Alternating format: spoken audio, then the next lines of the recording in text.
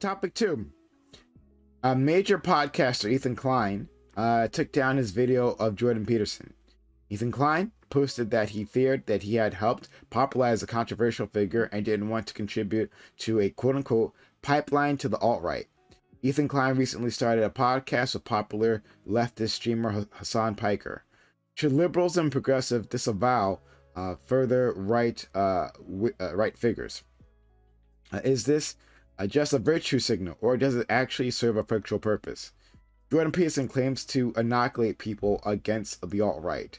Is it better to have Jordan Peterson as a popular right-wing alternative, or for him to not be promoted at all? So, yeah. Of course, yeah, GSU on this one. Oh boy, yeah, exactly. Yeah, we'll jump in on this, guys. Keep your opening short. Right, keep it short so we can get into this, right? Because I know there's a lot that's going to be said on this. So we'll start, we'll wiggle, and I'll just tell you now, I'll put GSU at the last. I'll give you the last word on the intros here. All right, go ahead, wiggle. Yeah, so like I watched some of these videos and stuff of like a H3 and such. I wasn't like a huge fan growing up or anything, but you know, this was a big channel, so I watched some of these videos over the course of time, and then recently again. And I feel like this is a product of Ethan Klein's own making. You know, if you're a content creator and you're putting out so much content early on, talking about social justice warriors and making caricatures of things, which a lot of them are really funny. I'm not gonna lie, offensive but very funny. You're going to be treated this way by your audience. You created this audience that's out there, and they found other people who are probably inspired by you as well. So they're gonna view you in this fashion, and it's really easy to look at you and be like, this person's a grifter. It's very easy because if you made so much content earlier on in your career, portraying one side of yourself, and you don't necessarily make arguments or escapes at that point in time, later on, those same followers are going to look at you in the future and say, you're not the guy that we followed. You and your wife, Ela, are just not those people. You've changed. You're woke scolded. You're like, you're now, you know, Hassan's pets or whatever they're saying. I've seen the videos, like the quartering video on it, and a few of these other right-wing creators. They all hold a similar position on it. About Jordan Peterson, why does Jordan Peterson have to be the person that's like an alternative to anything? Why is it he the person that has to be like Jordan Peterson? Can just be Jordan Peterson. And if you don't like Jordan Peterson, you can make arguments about him. You can make arguments about platforming him, etc. But why does he now have to have this? Why is he All Might? Why is he the symbol of peace? Like, why is he the bastion against preventing people from going to the alt-right or anything? Nobody needs to have that title. Like, I know a lot of you guys are just like Destiny fans, and you're like, oh, you know, this guy that saves people from being Nazis and stuff. But like, that's nobody has to have these roles. You could just be alt-right, and you could just be, you know, a liberal, and just be these specific positions, and just make arguments for why you think what you do is good. You don't have to have a career off of shuttling people over, and that's it. Okay, thank you. And thank you to the people in chat who are helping us out. We're a level 1 hype train, 43% done, 57% left. 3.5 minutes on the clock. Can we get to a level 2 hype train? Thank you, Naritas, for 300 bits. Thank you, Captain A. Jones, for 100 bits. Naritas for another 200 bits. And Jacob Snod for 200 bits. Much appreciated. Help out the channel by subbing to the channel, gifting bits or gifting sub, or emotes in the chat. Exclamation emotes to see what you get. You'll get ad-free viewing, and you'll get access to sub-only parts for our Discord. Help out the community by subbing or gifting bits or gifting subs. Thank you so much. All right, Blay. So I guess my radical position here is that, you know, it's kind of cringe to take down your videos of people you disagree with because you're scared of pushback. I don't think Jordan Peterson is all that right wing initially anyways. Like, probably socially a little to the right of me. It's nothing crazy. Should liberals and progressive disavow him? I think he himself is more of a classical liberal type in identity anyway, so I don't know what to say to that. Progressives obviously disagree with him in terms of what they believe, socially at least. And when Ethan Klein does something like this, to me, it just seems like a virtue signal. I don't know if it serves functional purpose. I mean, maybe if you wanted to make the argument that, you know, in platforming ideas you disagree with now because you're, you know, Ethan Klein and you're a progressive, taking these video downs probably serves you some kind of function when, again, we talked about this earlier, having such a large platform allows you to perpetuate ideas in the way that they get, moved around and things like that. I don't see Jordan Peterson as a particularly big problem. I might not really like his ideal society or whatever, but he's a moderate right-wing alternative, and I could only see this becoming a problem if you see some like crazy Nazbols get into, like supreme relevance or something. Then it might become an issue. That's all. Hey, thank you so much. Thank you, Alpha Angelo for the 500 bits. Thank you so much. And then Boji with the 10 hot tier 1 gift subs to the channel. Unbelievable, beautiful. Thank you so much. Putting us at level 2 hype train, 95% done, 5% left. Can we get to a level 3 hype train? Like Boji put us almost all the way to the end there. Can we get to level 3 right there? 5% only left at 4 minutes on the clock. Sub, gift bits, or give subs. Support this community, support this content. All right, Freems. Yeah, I guess I don't really have like strong feelings on this. I feel like if you're a content creator as big as Ethan is, and there's something you've done in the past with a creator that you feel like could be bad, this probably should take it down, especially if you were not going like particularly hard on him. But I mean, Ethan has said some like yikesy stuff in the past too, so it's kind of why I feel like it's a virtue signal. He's riding this new progressive audience that he's gotten through doing a podcast with Hassan. So yeah, I mean, that's pretty much all I got for it. Maybe when we get into open statements, I'll find something heated to talk about. Sure. Okay. Once again, level 2 hype train, 5% left in that hype train. Can we get to a level 3 hype train?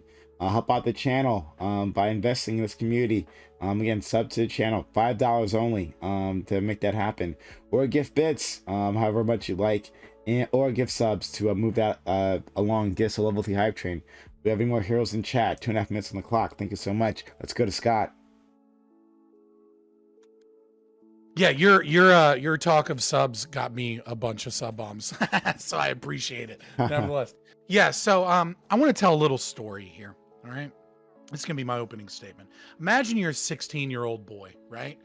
You're a bit of a metalhead. You're kind of chunky. You're not very attractive, and the girls spurn you. And you've heard of these incel people, but Don't call me out like that. they don't seem like your type. And so your YouTube slowly but surely fills up with MGTOW videos and and SJW cringe compilations and the occasional teenage girl that you probably shouldn't be watching twerking on TikTok shorts, right? And so you're watching these videos and you get suggested some more SJW cringe compilations, right? Now you can go in one or two ways. Some of them have some Jordan B. Peterson, dunking on lefties clips, and some of them are some old Ethan Klein videos. Now let's say you choose the second. You watch old Ethan Klein videos, and eventually you watch him more and more, and you find this guy funny, and you find his content today. You find his podcast with Hassan, right? And what you find most likely is a really unfair representation of the left that is so room temperature IQ stupid in Ethan Klein and Hassan that you eventually go out and you seek groypers in the right wing and you find an alt to the pipeline that is the alt-right.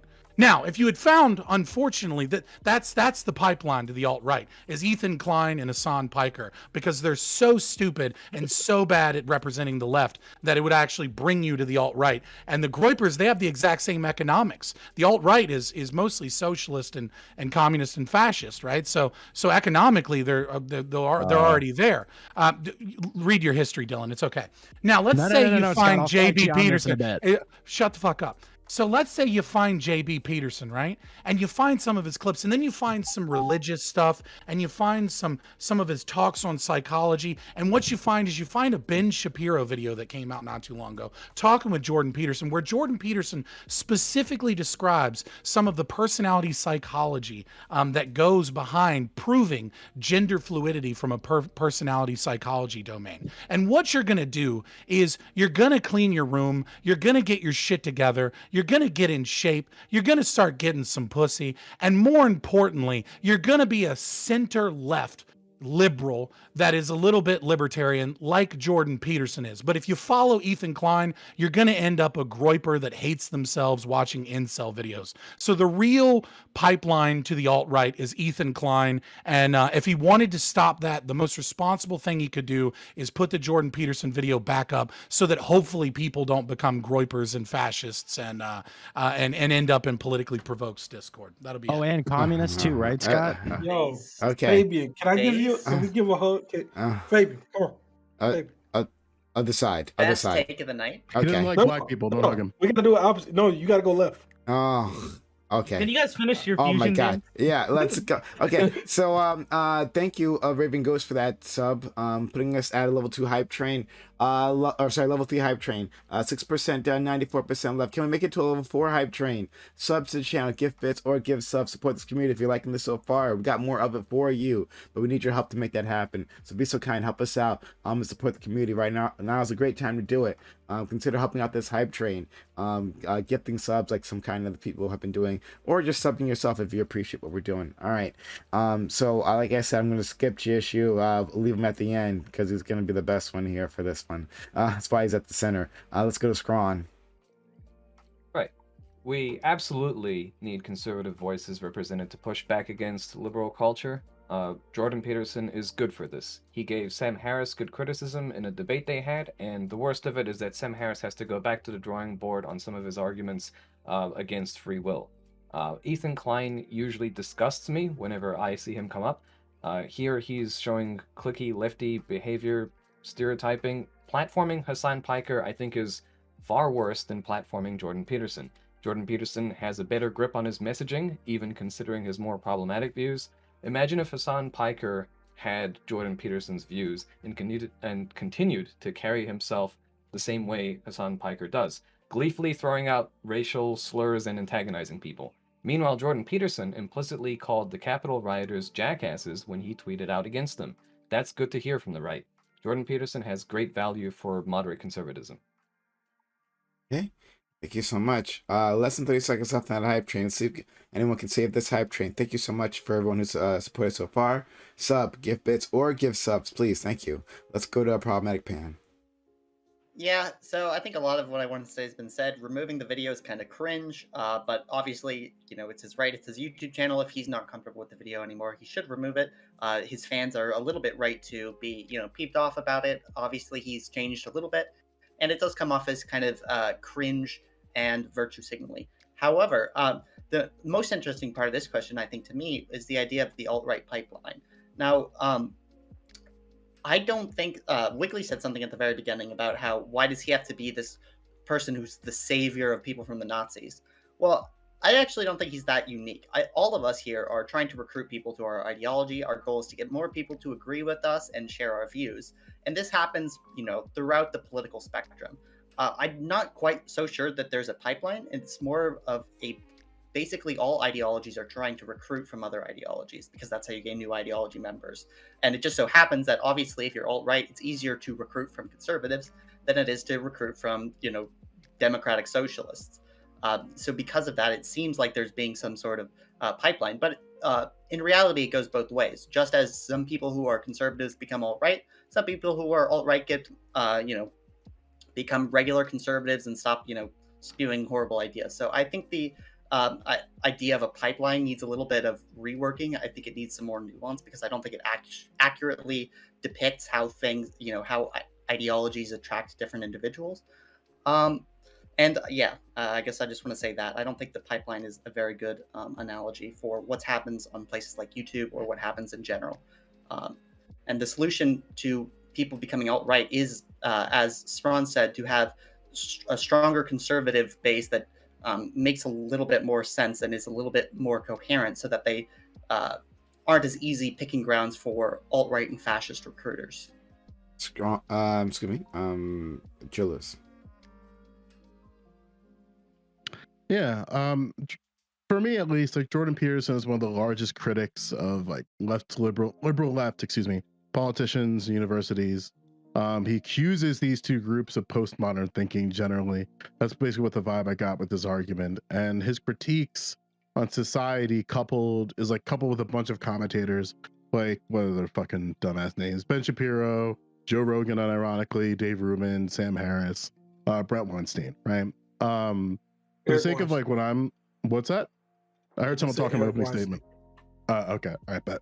Anyway, so postmodern thinking is just simply the idea of like things like morality from a Western sense and universal truth should be questioned, contested, and deconstructed. I personally have an issue with that, but within the intellectual dark web, these commentators have like the same thread of kind of critiquing the same shit, which is like political correctness, cancel culture, the mob, or the internet mob, and like mainstream identity politics, specifically within like public institutions, but it's mainly within education broadly, right? I just want to set that floor because I just don't know like how this is gonna go, because as content creators, Ethan and Hassan can choose the platform whoever they want, and they can choose to adjust their content however they want. This is true for all of us, like whether it be if you're a streamer on YouTube or someone talking on Twitch. However, the audience you build may decide that they do not feel comfortable watching your content or engaging your content based on how you navigate on the platform. That's a decision that your viewers are encouraged to engage in all the time. And then as content creators, you have to make a determination. If you take issue that your wants and desires as a content creator are inconsistent with what your audience wants from you, like this is a decision you make all the time. And this is the same decision that Ethan and Hassan have to make. So like, we're not going to know what choice they make until we look at like their actions and who they choose to platform, and then how their audience responds. But even then, it's really kind of nebulous to figure out like who they're deciding to platform or not. Like, it's in their prerogative to do so. And if Ethan wants to delete a video about Jordan Peterson because it's like antithetical to whatever he's thinking about in the current moment, he's more than welcome to do that. I think this is kind of a nothing burger personally, but maybe we'll have something to argue about. Dooby.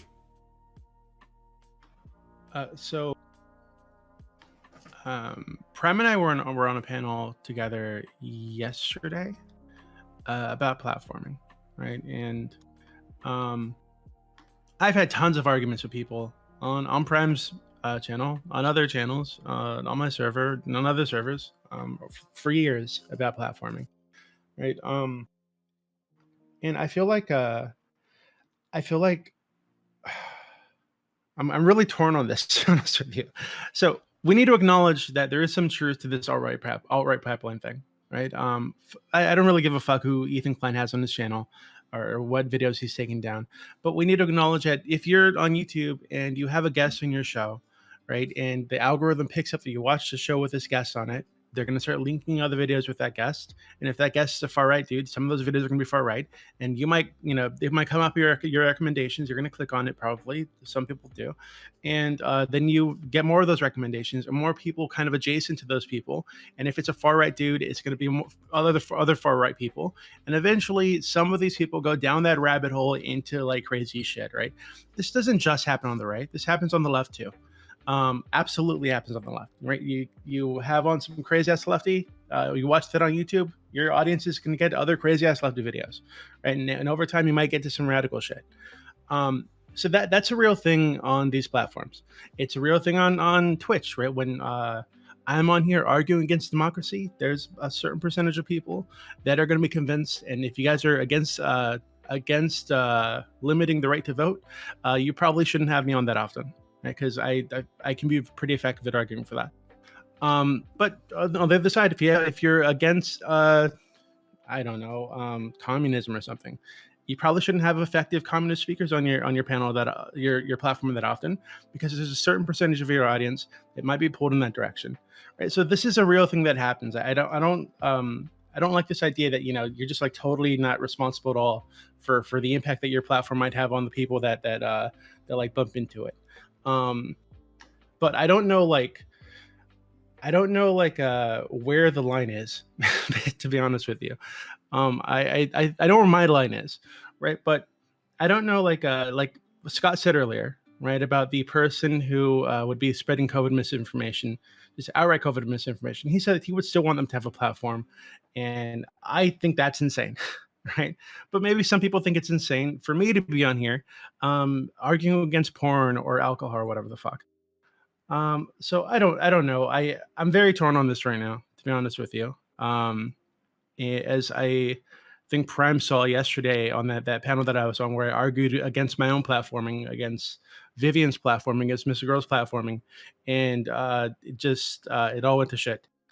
So yeah, I'd really like to hear what you guys have to say about this sort of thing.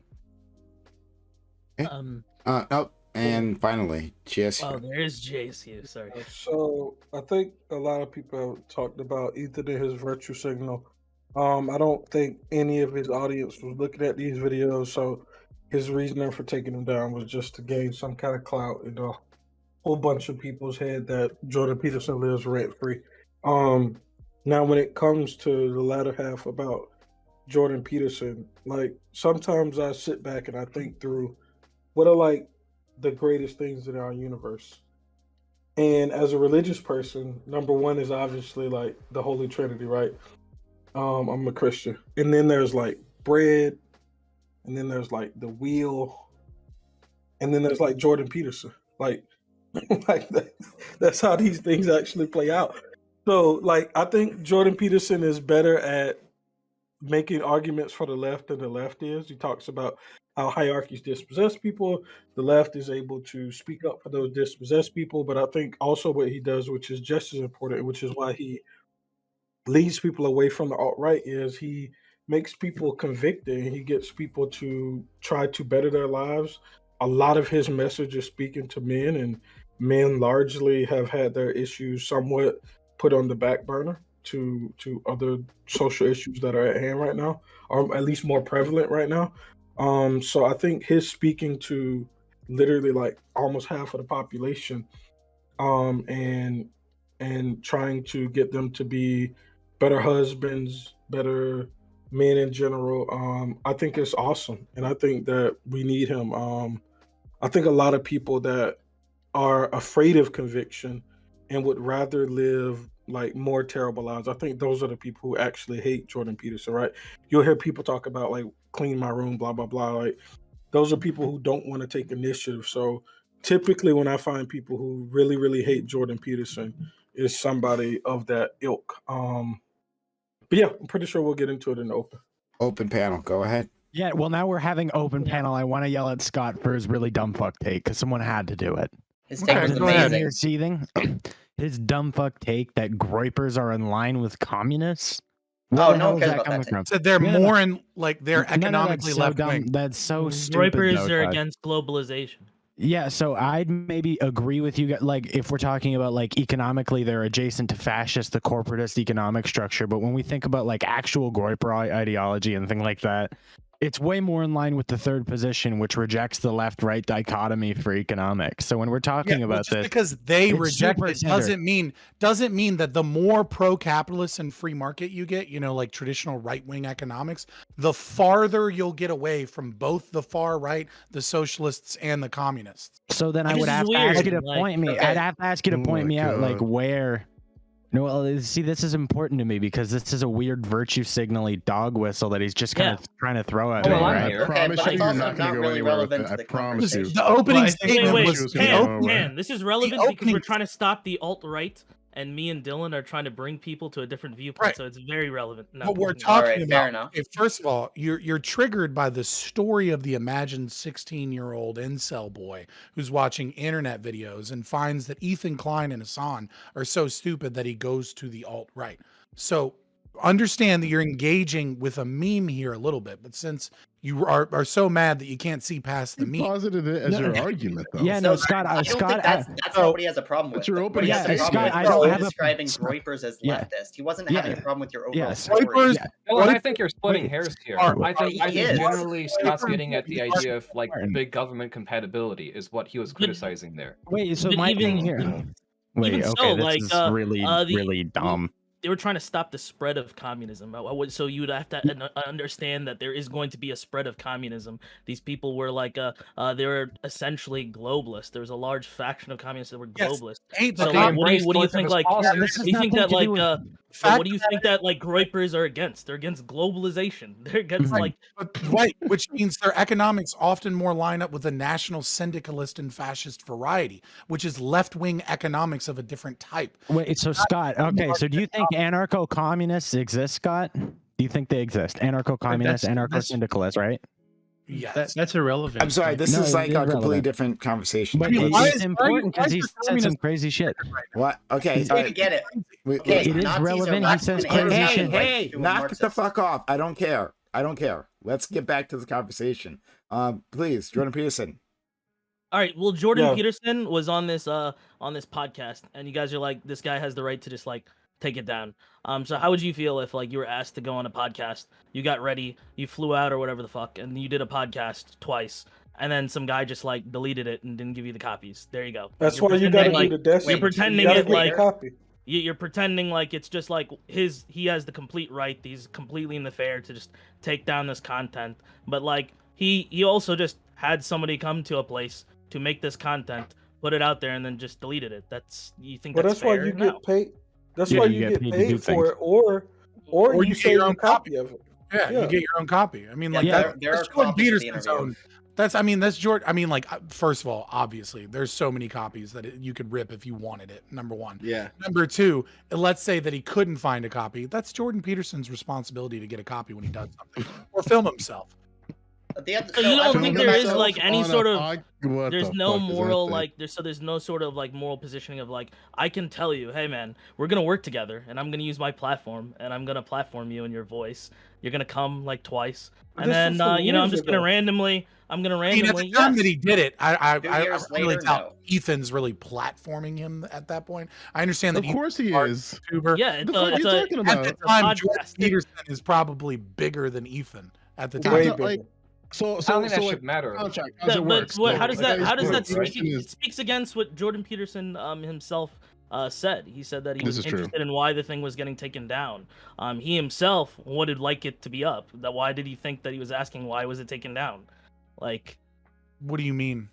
like if you ask, understand? how's that relevant? How is that relevant? Is that like he did these 2 interviews, and then people said it helped people, etc. And then he's wondering why it was taking down. This guy decided to take down these videos like during an interview. Why, like if you did an interview for It's a something, right to do that. I don't have any issue with him. Yeah, I taking don't really understand why that's like a problem, right? So like let's say Prime had an interview with somebody, Yes. and then 10 months later it came out that they're like a serial killer and shit, right? Like it'd be totally fine for Prime to take that down, right? Even if So there is was Jordan like, Peterson akin to like a serial killer? no, but That's not the but we can point. understand that at some depends point on who it's you okay ask. for somebody to There's cut some off some. ridiculous people. Yeah, it's at some point it's okay for somebody to make a decision to separate themselves from somebody they previously associated themselves with, right? Like that's okay, right? And for Ethan Klein, this was his line at which he could do that. Seems fine to I me. want to Yeah, and add also- this too. I want to add this real quick, and I can't prove this, but I would imagine more people have watched this video in the last 24 hours than they had in the last 2 years. Like I would Probably. guarantee it because Well, it depends. I googled it just now, and the video is unlisted. But like when you Google it, it pulls up H3's Reddit, and you can still click the link to the video and watch it unlisted. Like it's super easy to find front page. I'm pretty Did sure he- more people listen to it in the Hold past on. than now. Well, Let's yeah, guys see, I are- tested it. Sure. So in this sense, it'd be like you guys are pro doing this. Is that like if you don't like somebody that you interviewed or what have you, you can take down all the content that you did with them unilaterally, publicly. You know, Yeah, just if- on Twitter. We give a We're right. go- we're Hold going- on, hold I on. think- So we can give a real world example, right? Mm. Prime could say, "Hey, Vivian is cisphobic. She's transphobic. She has like lists on people's like real names and stuff." Why don't You why could don't why don't we decide- do another real life example? On All Black Everything, we had and It's interesting that you were you were talking th- about you were there living before. rent free in your head. On- but- yeah, and All Black Everything, we had a person who later on turned out to be a serial rapist. So that was the thing. yes. Yeah. Oh, we did. Oh, I remember that Yeah, guy. like Yeah. this is a Dang, I great forgot example. about that guy. This piece of shit, and this is an individual Come again? who was It was platformed on multiple individual streams. Nobody knew about this, and then it came forward, right? And basically, he got yeeted out of existence from every single content creator who had it. Like, he was on AVE multiple times. He was on people's chair streams multiple times. Like, it was a big deal. Yeah, I was so on the a panel important with question him. here like him is, too. yeah, the important question here is Felt bad. Jordan Peterson worth deplatforming? Is his ideas bad? Are we all in agreement that he's pretty milquetoast and not that harmful? Or is there anyone here who actually does think that Jordan Peterson's I ideas are disagree harmful because and there's he's. good? Man, this is a dumbass I question. We disagree because he's understand one of that, the like, greatest of the all answer. time. I'm going to tell you why it's a dumbass question. I'll walk you Okay, through sorry. however long it Thank takes. you. Like, It might take a while. I'm pretty doesn't slow. like. Yeah. Okay. Listen, I'm black and stupid too, so I'll be nice and slow for you, so you can understand every word I'm saying. So, based on your ideological and political compass, you're going to deem certain individuals okay to platform while others are not. So, that question you posited is going to obviously have variation based on people's individual political compass. So I don't understand, like, unless you think that, like, we're all going to come to some type of agreement that, oh, we all believe X or we all believe Y, and that's not going to be the case. I don't think You we're know going this to to be come to true. agreement, but I still think it's an interesting question, and I don't think it's necessarily just how close you are to the political spectrum. I would actually That's be why I much. said I would, political. They yeah, can say or political political, compass, political ideological, compass. Okay, social. We right, can use but a I don't lot think of it. other words that Okay, we can use that we can that's come to the not the word I exact was same harping on. conclusion. The point Joe I was Lewis, saying is is your that argument somebody. that the entire My point is conversation is Was I stupid? talking to hold you, up. Fabian? Was I talking My to you? point is Pan that and I are having someone, content right now. Stay the fuck out of it, okay? So what are you saying, Pan? someone, Let's Don't yeah. get your panties in a bunch, dude. Okay, well, I'd like to talk to Fabian. So my point is that someone further left than you, I would imagine, would probably have less of a problem with talking Jordan Peterson. In my experience, I've seen, it's been my experience that, Marxist-Leninists and people like that are more likely to be relatively okay platforming people in the center right, since they're used to being deplatformed themselves. So I don't think it's just how close are you to Jordan Peterson that determines whether or not you want him platform for deplatform. I do think there's an underlying matter of how willing are you to platform people who are further and further away from you, because the distance that everyone's willing to platform away from them is going to be different. Some people might only want to platform people who have the exact same ideology. Some people might only want to platform people with that are, relatively close, and some people might be willing to platform everything. So I don't think it's just an inane question that has to do with how this is about your motive. If your motive is yeah, money, the motive. if your motive, if your motive is like, money, listen, Pan, I'm gonna lay it to you really simple, right? I'm very critical about the individuals who I bring into my space, because I'm no longer a private individual and I can just talk to whoever I want. I'm a public individual and people watch my streams and watch my content. So I'm very wary about the individuals I bring into my content. As Gambit remembers, I had an open panel. Lego was there too, my only open panel. And we were chilling and vibing for like 8 hours. And then Redneck came in with ICO rules and the entire vibe changed. That's because these were two individuals on two different sides of not only the political spectrum, the social spectrum, and the ideological spectrum that took up all the space just fighting with each other. So I proactively banned both of them, and they are still banned from my community to this day. Why? Because when I bring certain individuals into my space, if I'm doing a panel or if I'm doing some other type of content that involves one-on-one conversations or multiple people having a conversation, it's not what I want to do anymore. It's what I want to do in relationship to my audience. So of course, people are going to have different levels of tolerance with that. Some people, apparently we learned with Stardust, doesn't give a fuck. And that's fine. That's her prerogative to do so. However, you might have other people like myself who are very, very, very careful about the people I bring into my space and who I have conversations with. That's what every streamer and every content creator decides to do. Yeah, that's why I thought it would be an interesting conversation, because we It's all not have different interesting. limits. It's just- it's a because you fucking literally thing that just streamers talk you about. literally just It's some described, bullshit hey, that streamers me and talk about. me and this other but- streamer have different policies when it comes to who we should platform. What I don't think it's an interesting topic, and it's related to the topic of the But question we were it asking. relates to Going the into topic how of do you so decide close that? it's so closely Like- tied to your motive. If your motive is to generate money, a lot of people want to make a livelihood out of streaming. Early on in their careers, they're going to platform more problematic individuals because that's the content that people want to see. Until later on, it's a brand risk for them, and so therefore at that point they'll take that loss, because there'll be a larger loss to maybe advertisements or sponsors or people they can work with by being associated with some of these individuals, and that creates like a flip where they'll start to disavow people. They'll say that people that they were okay talking to, that they had different political opinions, are now people that they don't associate with, they disavow, etc. It's more common that way. It's usually tied from my perspective or my experience with like your with money, like the money you can gain. Okay, right. So I guess my follow-up question would be, Joe, would you platform Jordan Peterson if he was like, "Hey, Joe Lewis, I No. want to have a talk with you about CRT"? No. Okay, well, I think that's an interesting question because some people Why is it might an interesting not. question? It's a fucking streamer brain question, but I'll humor it for a bit. Why do you think it's interesting?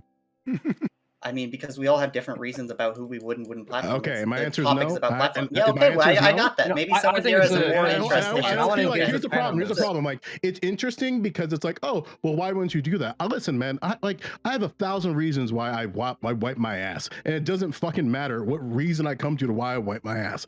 When it comes to Jordan Peterson, I wouldn't platform him. There's 1,000 reasons, and none of them are your fucking business. It's what I decide to do. Okay, I- well, I'm I'm It's the not same thing trying every to streamer pressure tries to you. do. You don't have to I'm asking justify the who we panel. should and who we shouldn't platform. It's a Okay. fucking dumb fuck streamer brain conversation. I'm just tired of dumb fuck streamer brain conversations. Well, That's you it. agreed. Alright, You this agreed is to the a debate that conversation, was though. obviously going to be scheduled around this, so you probably Did shouldn't I have come talk to to the you, white debate. boy? Did I talk to you, white boy? I'm not talking to you. I'm trying to talk to my other white brethren. Pan here. We're having a nice argument. You don't have to come in there and insert your bullshit. I'm gonna argue with this white person. I'll talk to you soon. Well, I Okay? mean, I don't think we need to argue you're not because, like, willing yeah, to. I agree. You have every right to platform who you do and don't want to. I I guess feel me like- asking you I the feel like- question is uninteresting, but I feel like asking maybe there's other people. I who feel have like different I should interests and just- are willing to share their motives and stuff because I feel think, like I you should know, just you don't have quote to, but other Jordan people do. Peterson. Why are you still talking when Pan is talking? I feel like I Shut should just. up, I feel. Fabian. I Shut feel the like I fuck should. up. I'm trying to listen to Pan. I can't hear Pan over your shitty ass game staging on your microphone. So what are you trying to say, Pan? Okay, Shut let up. one Pan, white please. person I feel Pan, like- Pan, I feel like I should- I feel like- let actually Pan finish. Pan actually has been trying to. I mean, I didn't really have that All right. much more to say. Am I? I don't Am I a think, mean, mad, angry white male? Is that what this Let is? little him bit. finish, Fabian. it's not that you're mean or angry; it's that you're loud. That's the annoying part. Like you can be an angry white male, but just be quieter. You should be angry. so- You're a libertarian. You know? Exactly, Society exactly. sucks. But yeah, like all I was gonna say is, yeah, okay, Joe, maybe it's not an interesting question to you, but I was trying to hope maybe other panels have other reasons that might spark another topic. Okay, like if you don't promise- want to share your reasons, Yeah. you don't have to. Sure, I that's totally promise right. you that the only people who have like strong opinions about this are streamers. I promise you Well, that. we're all So you streamers. can probably engage with Fabian. You can probably I'm not a engage with streamer. Gambit on this. Me neither. You might be able to get. I don't know if Sprawn streams. I know Freems probably doesn't give a fuck, but he's also has the most like clout in this game because he actually has panels before. So he's probably a better person to ask than me. But again, Well, I like, only asked you obviously to- for the sake of context, you asked me All directly, right. Well, right? So you the should sake of probably context, how we leave, got Joe there. Lewis. Like it's Listen, literally the I've night. been here Like, for however no, long honestly, I I think Joe's- decide to be Oh, because I God. was invited here just like you. Again, we'll have our own fight, Fabian, and it'll be great content. But shut the fuck up. I was talking to Pan.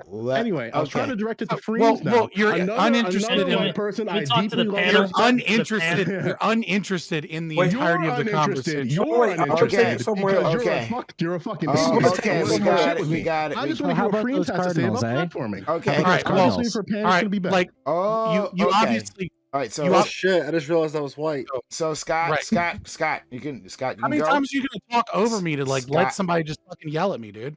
Scott, I just keep saying you can go. That's what I just said. Scott, you can go, and then we'll go to Dooby and Freems if Freems wants to go. Oh, And Gambit Spawn wanted to say something too. on Gambit. So Joe, I get it. You don't want to talk about the conversation, so I won't direct this at you in any way. But I think what's more interesting here is what do you mean by platforming, right? Because I think the problem here is Ethan Klein's videos being taken down of Jordan Peterson have literally no effect on Jordan Peterson whatsoever, right? Like Ethan Klein is a dying channel scraping for relevance that whose takes have gotten more and more stupid over time, and like is only able to stay relevant by like trying to do gamey shit with Steven Crowder, trying to drum up controversy with Joe Rogan, trying to grab Hassan so that, you know, by putting him up next to like a dumb like lefty liberal, Hassan's takes can seem like they're not fucking unintelligible fucking like base level IQ socialist points. Jordan Peterson is a giant household name. And so when people talk about like the idea of platforming, I think what we have to do is have a little bit of a discussion on like there is a difference in power and name recognition here, right? Like it's very different than, let's say, a small time streamer or YouTuber or somebody did an interview that was fairly successful that really boosted them from Ethan Klein, and then Ethan Klein is like punching down, being like, "You're a pipeline to the alt-right," versus somebody that is obviously leagues bigger than him and is going to have zero effect on his audience or growth or his messaging as a conversation. So I think that maybe is something we can discuss in terms of like, what do you mean by platforming? Okay, let's go to Dooby. Yeah, so like back up what's can you guys hear me? I think you can hear me. Yeah, so Yes. back up what I think Scott was saying. This is actually a question that I ask myself a lot, right? Because for my server, we reach out to people all the time for like interviews, AMAs, that sort of thing. Some of these people I think are genuinely fucked up, terrible people, right? That I think they contribute net harm to the world, right? And if you feel that way about Jordan Peterson, just as I feel that way about some of these people, I think that's fine. But like Scott was getting at, so what do you mean by platforming? If you're bringing somebody on with a much larger audience than you, right? Some of these fucked up people I'm talking about have like an audience of millions of people, right? And I'm bringing them into my space, or you could take them into your space, right? Yeah, some of your people might be convinced, maybe, right? And they might follow them back to their corner of the pond. But some of their people, right, that you now have a chance to interact with and engage with, they might be interested in sitting on your side of the pond for a while, right, and hearing you out. So I think when you're interacting with somebody that has a much larger audience than you, you're the one being platformed, right, and you're the one that has the opportunity to do some good if you think what they're doing to their audience is bad. So I think that that's a totally fair question for Pan to ask. You're muted, Pen. Well, I was talking quietly. I wasn't. I was mouthing "Thank you, Doobie," because he said nice things about me. It wasn't important. That's why he was mumbling sweet nothings. Got it. Scrawn. Okay. Yeah, Derby earlier was basically appealing to freedom of association, and usually when the right brings that up, it's followed by criticism that, yeah, a person can also be judged on how they associate with others. And I think that's part of the interesting discussion that can be had, brought up by Pan. A lot of this conversation so far seems to come from the supposition that maybe Ethan should be more open. Well, I think it's a good thing that we have two knuckleheads like Ethan Klein and Hassan Piker associating with each other and distancing themselves from others. Makes it easier to write off both of them. So, I mean, like for instance, on the right, I'm more willing to listen to Alex Jones hanging out with Michael Malice than Tim Pool. Sometimes how people group, like you prefer a pair of people, select people together, yeah, it says more about them. So, J.O. Lowell's earlier said the topic was a nothing burger, but I think maybe at the heart of the platforming issue is a question between who would rather platform and see platform together, between Jordan Peterson or Hassan Piker. I think that's where the freedom of association argument leads. I think that Ethan Klein attaching himself to Hassan Piker is further reason to disregard both, and I'm happy with that. Can I ask a clarifying question? Sure. Yeah, like one of the things, or I guess I'll give my like position, and then I'll see what your thoughts are. That's probably a better way of approaching it.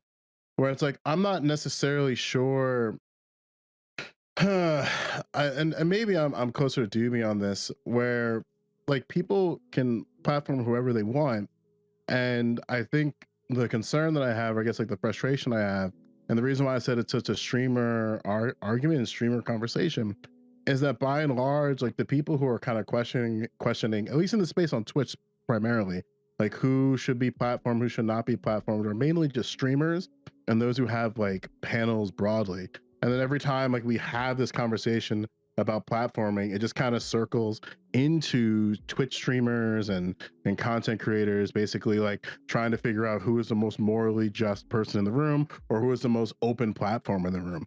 And like I mean, Dewey was there yesterday, and that was pretty much the vibe that I got from that panel. But that's kind of like my concern. I guess like what are your thoughts on that? So I'm not too concerned about the clout chasing thing. I think those are like, we don't have to worry too much about that. To me, that's just like Twitch drama. That's how I feel about that. Sure. I don't really care. Yeah, so I totally agree with you on that. Like I'm more approaching from the perspective of like, well, you might have the concern of platforming Jordan Peterson, because hey, they have association, with Ben Shapiro.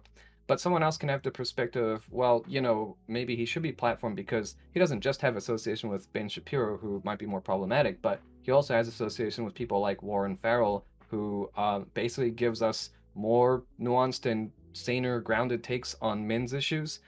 So I like that, basically. I think there's value for Jordan Peterson based off that. So I guess you would say kind of like a filtration process, I guess what you're trying to say? Where it's like the hope that like through one creator. Yeah, go for it. I'll let you finish.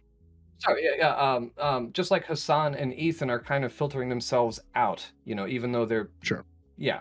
From their point of view, they're filtering Jordan Peterson out, but from, I think maybe more mainstream point of view, they're kind of taking themselves out, and I'm fine with that. It's like, if Nick Fuentes decides, hey, I'm going to this other platform nobody goes to, and we're like, oh, okay, bye, I want to clarify that between Hassan and Jordan Peterson, they have different skill sets and they make their money in different ways. Like Hassan, he makes reaction content, reactionary content, rants. That's how he makes his living. That's how he makes as much money as he does. So to look at that and then compare to Jordan Peterson, who I imagine makes a lot of his money off of either sales or appearances. They have different metrics and different things that they consider when they are trying to make money. Perhaps Hassan wants something negative about him released because it gets people to watch him, and he has to sit there for hours just making content out of nothing. And then the content he makes doesn't have to be that heady or enjoyable. Whereas for Jordan Peterson, he could have brief stints, brief experiences where he has to say something that gets your attention and makes you think about him in a certain way so that he can make his next buck. So to look at these two people and then compare them as if they make content the same ways is I think is I feel like you missed something small though. Like you were almost spot on. I feel like Jordan Peterson looks at the most dispossessed people in our society and he makes arguments on why we should work to systemically enable their lives, but also have them work to try and enable their own lives. Hassan looks at the same. I'm sorry. I'm not even talking about hold on. Yeah. Yeah, hold on. Hassan looks at the same group of people and he tries to take as much money for them to keep them in the situation that they're in. Like that's the true difference between Jordan Peterson and Hassan. I fucking hate Hassan. I won't even go there. He's like, no. Hassan is like, how can I extract as much money as possible to live my comfortable lifestyle? I'm not disagreeing with this. I'm saying that I wasn't saying that you were disagreeing. I'm saying I wanted to say before you continue simping for Jordan Peterson that the importance would be that yes you are but the importance here is that it's about if you're talking about platforming, who's to even say that Hassan wants to be platformed? Jordan Peterson is the one that is looking for people to platform and pay him. Jordan Peterson is the one that's what he's looking for. So if in an argument of who are you going to platform between Hassan and Jordan Peterson, if you're looking for money or viewership or what have you, the answer is almost always going to be Jordan Peterson because that's what he does. He gets platformed and then he gets you views. If you get Hassan on your show, what is he going to offer you? What is he doing? What are you going to get out of Hassan? Well, but I think more out of far more content out of getting Jordan Peterson because he's supposed to come on shows with random people that he may not have seen or may not have met, and then he makes a living out of giving them some sort of content. I do want to get Freems in here. I'm just speaking. What were you trying to ask me, Joe? I don't even remember at this Something about point. platforming. I'm just glad you're here, Freems. Okay? I'm gonna add this in because I do agree with you about platforming being like such a streamer brain question. I've actually thought about and sorry, I didn't mean that as a disrespect to you, Pan.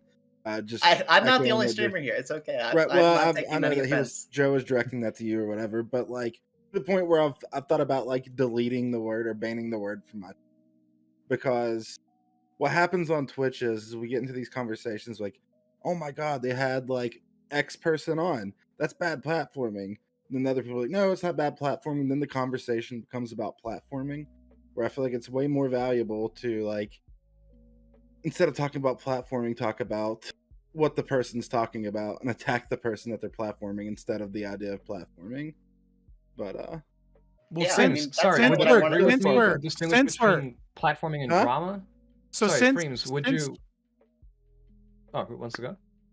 I was just saying, since everyone seems to be so, not about this topic, and I also, to a certain degree, agree about this being a platforming conversation, let's talk about the real kind of like, I think, elephant in the room here, which is the figure themselves. The question has in it this idea of like, is he a pipeline to the alt-right? And like, there's this ideas of like, where is Jordan Peterson on the political compass and things of that nature, and how does that function towards bringing him the other ideas? The real reason that the left hates Jordan Peterson so much isn't because he's some right-wing speaker. Almost, there's tons of speakers that are far more right-wing than him. Ben Shapiro has tons of much of the intellectual dark dub, with the exception of the atheist Sam Harris, right? Joe Rogan and him are probably more the left. same. They're maybe well, I don't know. Fucking Jordan Peterson has argued before about why we need more welfare as like thing. No, I agree. You know what I mean? Like agree. he's not a fucking right winger. At least sure. not in terms of his economic policies.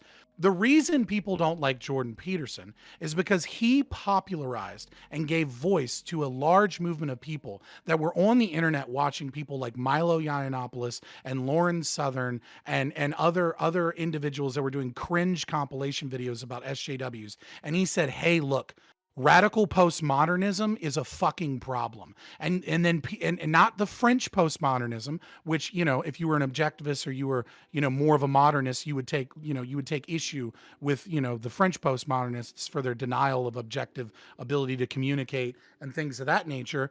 But the radical postmodernist groups of individuals like bell hooks and stuff, right, that have taken postmodernist philosophy and taken critical theory and combined them into this movement that is pernicious within academia, within the institutions in America. And that is what gets them so fucking pissed off. It's got nothing to do with a pipeline to the alt-right. It's got to do with the fact that he is intellectually out there fucking taking young men that may have been tricked into Marxist philosophy and turning them fucking right away from that shit.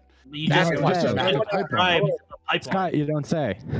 All right, You just described a pipeline. because I don't feel like I'm like the most versed on Jordan Peterson. I do remember like some stuff back in the day that he said that I disagreed with like pretty heavily, but obviously didn't affect me enough to where I can even remember what it is. So what I'm gonna do is on my stream, I'm gonna go on a deep dive on Jordan Peterson, and then I'll invite either Fabian, GSU, based conversation after that. That way I can come to you with like real problems if I have them. Yeah, I just want to echo something that's like. Oh no, go ahead, Joe. Yeah, like something that I this might be where Fabian and I get to fight. Oh, buckle up.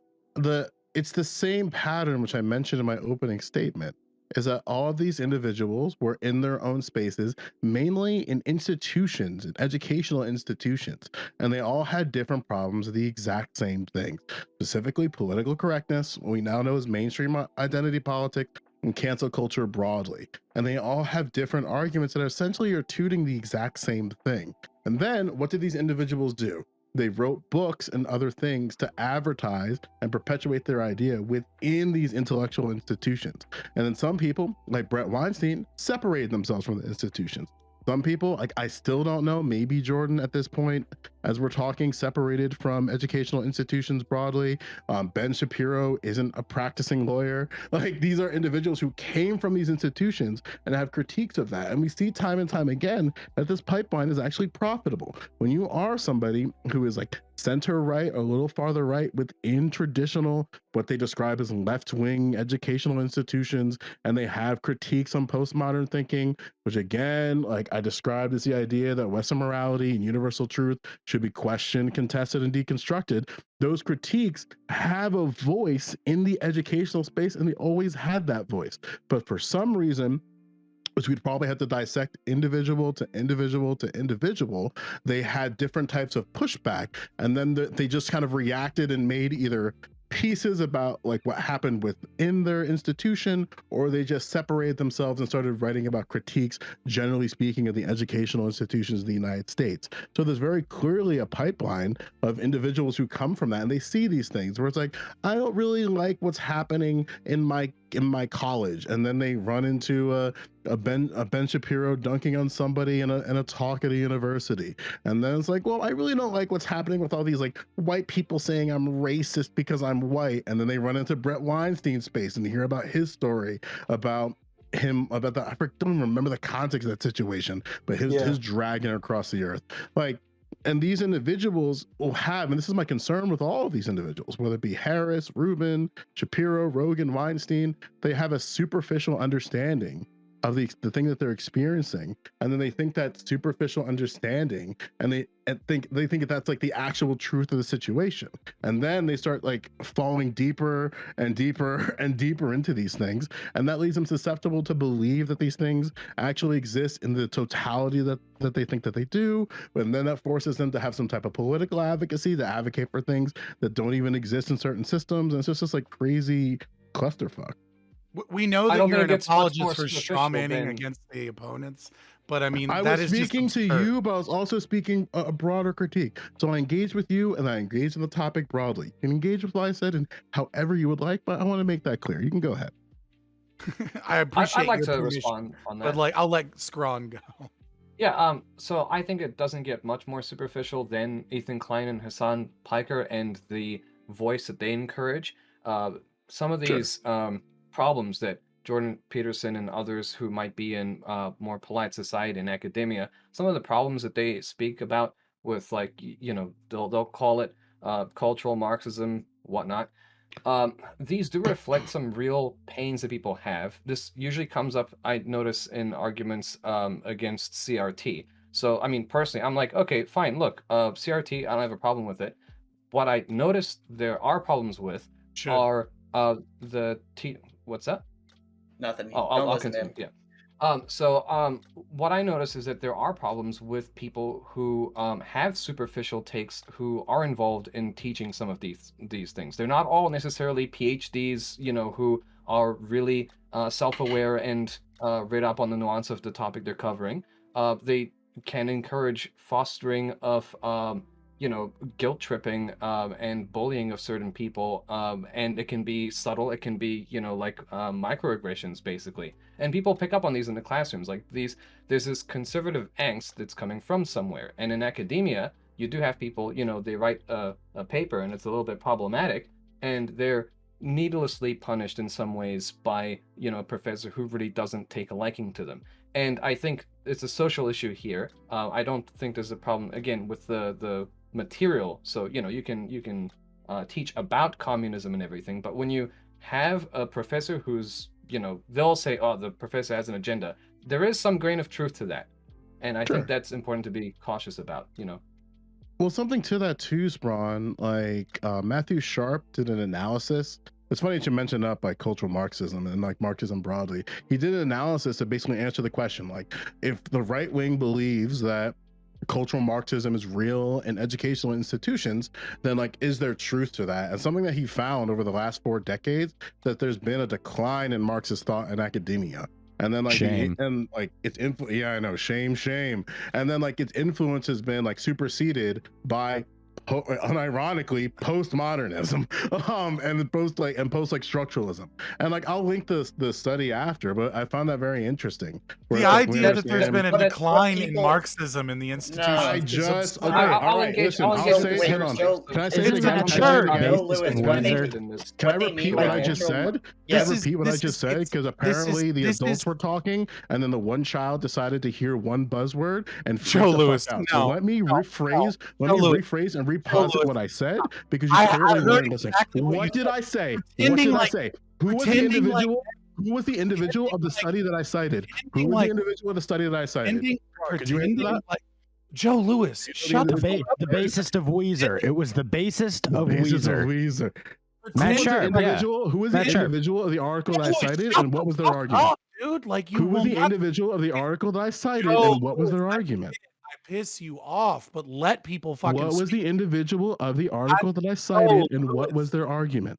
Joe Lewis. Okay, Joe. I'm sorry. Go ahead, Scott. I want to continue with Joe Lewis. Yeah. The argument argument that the Marxism, right, has somehow declined in the institutions is an absurdity based upon looking at postmodernism and based upon, as you mentioned, cultural Marxism and an evolution and shift of Marxist philosophy within the institutions, right? Like when you just say classical Marxism or Marxist philosophy that is based upon class issues, right? And then yes, that has declined. But when you start understanding that you have radical postmodernism that is based many ways not just in French classical postmodernism, but also based in Marxist dialectics, also based in critical theory, also based in cultural Marxism, which is just a fucking another name for critical theory, but apparently it triggers people because they think it means some alt-righter is talking about the Jews, when all it's talking about is taking Marx's analysis of class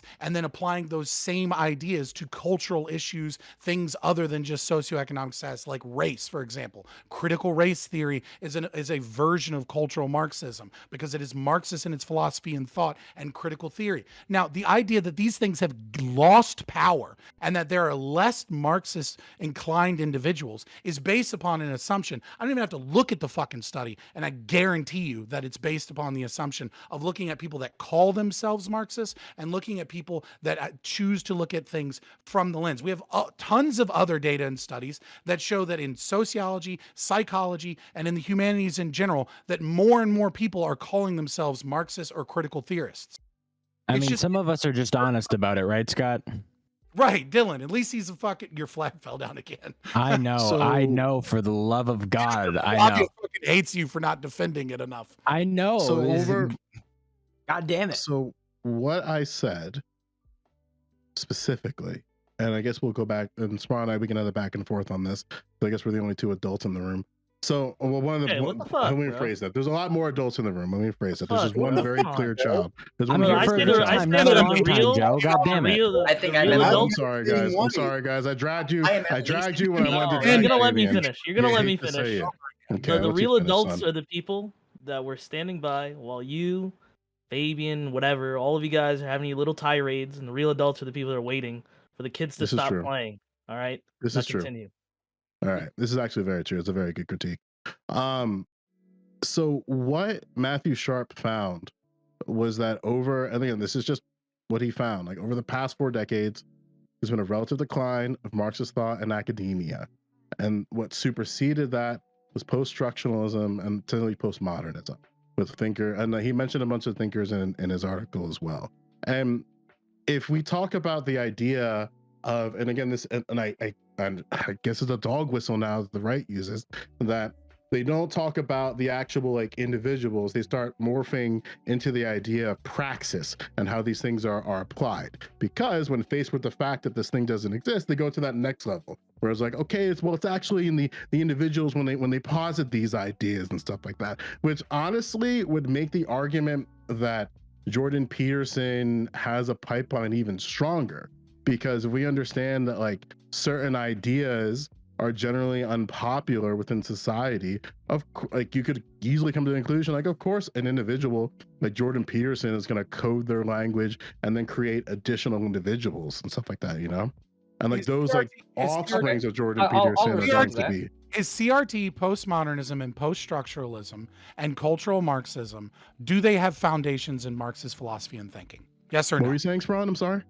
Okay, so I think that's the responses have besides the been point for Scott there. Look, I don't really care necessarily if it has that root. But to answer Joe Lewis, I think as Scott demonstrated, there's an unwillingness to accept the data as conclusive from what you're showing. Fine, I think what that shows is that in the broader cultural right, people do have different lived experiences, and they do have their they do have their anecdotal experiences where they have bad run-ins with like a pushy or snarky like left-leaning professor or even teacher. And I think you brought up, okay, that just adds to the credibility that, yeah, Jordan Peterson himself pushes his bias with his pipeline. In response to that, I'd say Jordan Peterson still treats opponents with more dignity. And I think that's critical. Like he's more like saying, look, I disagree, and I think he might communicate that he believes that you're some you're you're drinking the cultural Marxist Kool-Aid, but I think that's really important, whereas you have more shaming, more guilting from these professors who will actually engage in bullying and microaggression against students. And I think that's not talked about enough. Yeah. Something to that, I guess it might reinforce your point too. And this is my biggest critique about academics broadly, like whether that be individuals who study equity and diversity, individuals who overtly study critical race theory, or if they study things like whiteness studies and stuff like that, is that when these ideas get brought up into the mainstream and misconstrued to things that they're not, you never see the academics who spend their entire careers talking about these things and analyzing these social phenomena. You get sort of like the surface level individual that ends up getting platformed, and then they have to argue basically on the behalf of like years, if not decades, of academia. And I never really agreed with that. For example, like there's been very few examples. I don't even think she's ever done it. I'm just gonna say the boogeyman, like Robin DiAngelo. I can't think of a single instance where, actually there was one on Black News Tonight where she basically got approached with her arguments head on, but she's not going to go on like the Fox News is talking about this thing. She's not going to talk to critics of her work, like to name a few, James Lindsay or Asra Nomani, but they tend to stay in that sort of like academia wall without coming out to engage in the public on the ideas. And I don't think that does any of their work a service. I understand that like there's a lot of emotional currency that you have to do for that, and then potentially like you have to run into ideas like, well, why are they coming out now? They're just grifting for money and stuff like that. But I do think there's some value that if you spend your entire life's work studying about something, you ought to come out to the public when that very work is being misrepresented. So Joe, this is what I would ask you, and I'm pretty sure we might disagree here. I think people like Robin DiAngelo and Ibram X. Kennedy are like a detriment to the Black community. I think the reason they don't do what you're saying is because they're so intellectually dishonest. They won't try to go have a conversation with somebody in the IDW. Like they understand that they're not on that level. Like Ibram X. Kennedy ran from Coleman Hughes, who was a fresh grad, right? Like I would modify what you say in that they don't believe that the actual issue in play is serious enough for them to come forward. And I would argue that at the end of the day, like we're the ones who are stuck having to deal with this bullshit. Like I'd love to talk about like something else, maybe something that Joe Fagan wrote about whiteness and social construction. And even then, like someone like DiAngelo cites Fagan as one of like the key individuals to help influence her ideas. And then when you listen to Joe Fagan, he's way more measured on his ideas and how he talks about things. But then he also specifically and exclusively talks to like he's in the academic field. He doesn't go out into the main public. I agree with you, by the way. But I think hold on. This is the thing with me. And this is why I like Jordan Peterson and why I like a lot of people in the IDW. They give you manageable pieces of something that you can apply to your life and make your life better. Period. With the Robin DiAngelos and the Ibram X. Kennedy and the Ta-Nehisi Coates, and I can't remember the other lady's name, but what they say is you're a reprehensible person. You're a reprehensible person. There's no way for you to overcome it. No matter how hard you work at it, you're bad and you're a bigot, and that's just your life. And like they expect people to actually intellectually engage with such a dog shit message. And that's why I think the left really doesn't like people like Jordan Peterson, because he puts out coherent, like you can understand the shit is intelligent just by listening to it. When you listen to somebody like Ibram X. Kennedy, they say, hey, all white people, you're going to be racist forever. There's nothing good you can ever do. You're just going to be a racist fuck. Like, how do we expect people to engage with something so stupid? We can't even define racism. About this. Gambit, we talked about this a little bit, right? Where I think his mic was hot, so that's why he said that crazy shit. So like I think that something that is interesting is that we have examples of people who I think you and I would argue have like abhorrent views, who looked very rhetorically and intellectually incredible. Like, not for nothing. Like, again, I don't know where, I think we equally disagree on this individual, but Grandmaster Jay, when he went on JLP, he looked sharp. He looked sharp. He looked clean. He looked rhetorically consistent. He looked more right wing than JLP, and that's crazy. But and at the end of the day, it's like you have individuals who are able to sort of go into the marketplace. It sounds so Jesus Christ. Go into the marketplace of ideas and talk about these things in a way that is palatable for people to understand. But unfortunately, and this might be the danger that they allude to, this is something that this whole idea is like it's not even that 5-head. It's like there's people that are really good at speaking. Yeah, they're really good at arguing. They're really good at debating. So they can speak on anything and sound like they know what they're talking about. Some things are complicated. Some things like, I don't know, theory of evolution. Let's say you want to be like a some form of physics major or something. Perhaps what you learn is confusing and is hard, and that's part of like having to understand these concepts. And somebody that talks about something that's simpler, that just makes sense, just sounds intuitive, doesn't always mean that it's right. That's why you would want to have some sort of verification, etc. It's harder. It's harder for individuals to preach about certain things that maybe are more complicated. That's why we have like educators that would be more trained, are better at what they do. And then the idea that Jordan Peterson, it was talked about earlier, Jordan Peterson positions himself in a different way than perhaps other more left-leaning or something educators. I think SQ Ron was talking about is like that whole concept or that idea is like, well, he's also in a way different position than most educators. Like, he's somebody that is getting a lot of money to do public speaking. He's getting way more opportunities than other educators. So it makes sense that he's more trained in doing this and being more hospitable to the other side, etc. Because that's part of his income. That's part of his job. There's plenty of money going to left-leaning communicators, though, right? I mean, and that makes me want to expect more. To your point, that makes me expect more if they're going to be paid as much as they are. Yeah, like, you mentioned on the left. You mentioned professors. You mentioned professors versus Jordan Peterson. Let's say communicators or the flavor of Jordan Peterson on the left. Let's say flavors of communication, like the style of Jordan Peterson, right? Like, let's say the left analog to Jordan Peterson, right? Well, they're also getting paid a lot, and so I'd expect more decency out of them for communicating sensitive messages.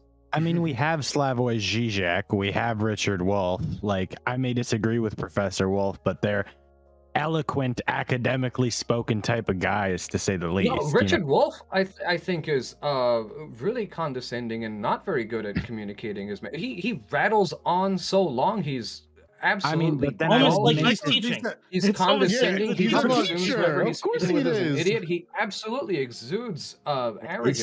Same with Jordan Peterson. He went into his debate with Slavoj Žižek and just came out here and said, for the book that you derive all your ideas from, it actually this is a complete. It was written like a horrible college essay. I refer you. That meme about the Slavoj with Richard Wolff and Destiny. Go ahead, check that out. And hold on, the people that meme about I've seen that. Don't worry. JBP argument. You should be worried if you're supporting Richard Wolff on that. What do you mean? I'm worried for Richard Wolff. Listen, it's more embarrassing that if you're somebody that has written a book, you're somebody that has written a theory, you have it. No, he literally that you're understanding going into a debate about like Marxism to some extent and like communism is that you're going to bring in just the Communist Manifesto, something that's like under 100 pages, and then use that to formulate your whole argument. That's embarrassing. No, but it's an embarrassing level of like prep. The thing is like weak intellectualism. The setup for the conversation was over what brings more happiness, blah blah blah. He murdered Slavoj Žižek in that debate, even though Slavoj Žižek was like, "I'm not even going to defend the thing." Which is the point, said, that he might be. You might think of him as a better speaker, but he read one word from somebody that was under 100 pages to describe an entire ideology. Yeah, and I highly. You're assuming that because hold on. This is what's so dumb from people. You're assuming because he attack the Communist Manifesto, that's the only knowledge that he has. This is That's the literally only dumb. knowledge that he gave the audience, and that he Yeah, said. that's the only knowledge he brought to that debate. No. And he Listen, said it was a listen. poorly written college Y'all are just gonna essay. keep memeing and talking. But anyway, no, It's like a meme listen. if you say the Slavoj truth versus Zizek, Slavoj Zizek in that debate only argued a whole bunch of shit that Jordan Peterson shut down. He only argued the stuff that Slavoj Zizek brought to the table. That was what he was supposed to do. His whole argument was over what brings the most It feels like happiness. that's an interesting statement, considering like Jordan Peterson went first, so Yeah. he didn't just argue what Slavoj Zizek brought up. He because brought up his points, and then it's the other person's.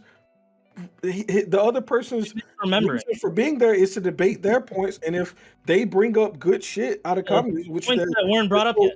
that just happens to not be any good shit there, that just so like that's not Jordan Peterson's fault.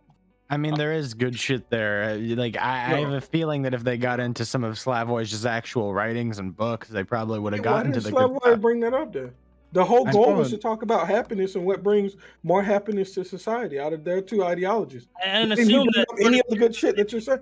Like he got Yeah, bodied really Hey, free I'm in not. that I'm debate. not coming out here to say Slavoj Zizek is a good debater. I can't even sit and listen to him talk for more than 15 minutes. That might sound racist on my end, but I really don't He's care. a smart dude. Wait, hold on. He is a I'm smart not dude. downplaying, I'm not downplaying Slavoj Zizek. I think he's a pretty smart dude. I just think he got bodied. Yeah, I mean, just because he doesn't have a great like debate performance, my overarching point is that he is an effective left-wing communicator, an excellent author, and a perpetuator of disagree with left-wing this at all. ideas. Right? That this was more to address what Scrawn was saying. Same thing I was applies. criticizing Even, Richard Wolff specifically. yeah, I know, but I'm just trying to point out that there are left-wing counters to the like right-wing counterparts. Like we Yeah, have some of guys. them- They're not Yeah, but as Dylan, nice. like it's the same. Like- You're saying the same thing. Like some of them aren't fucking teachers. Like some of them aren't professors.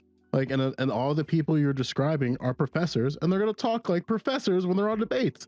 Like Yeah. as much, it doesn't matter how it doesn't matter how correct Richard Wolff was in the conversation. He's gonna talk like, and I'm saying specifically in the conversation with Destiny, Richard Wolff is still a teacher, and the way that he talks as an educator is just gonna rub Destiny's community the wrong way.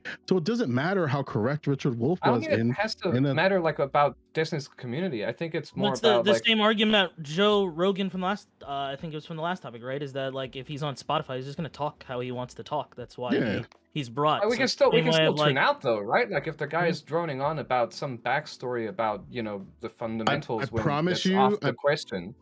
Yeah, It's but I interesting promise because you, the every fundamentals are usually professor- important to understand. Yeah, the not context. just that, but as a university lecturer, you'd think that's how he's accustomed to speaking. Yeah, like to You're be, not to be in a clear, university like lecture. we So, understand. Let's I'm get. sure Go ahead, he's Joe Lewis. better We at adjusting understand- himself to what Finish the your point. discussion medium is. Finish your No, point, no, Joe we Lewis, and then we'll understand go that to Dooby. professors. Oh, sorry. Hey, there's like three of y'all talking. I said finish your I was point, gonna- Joe Lewis, and we'll go to Dooby. Yeah.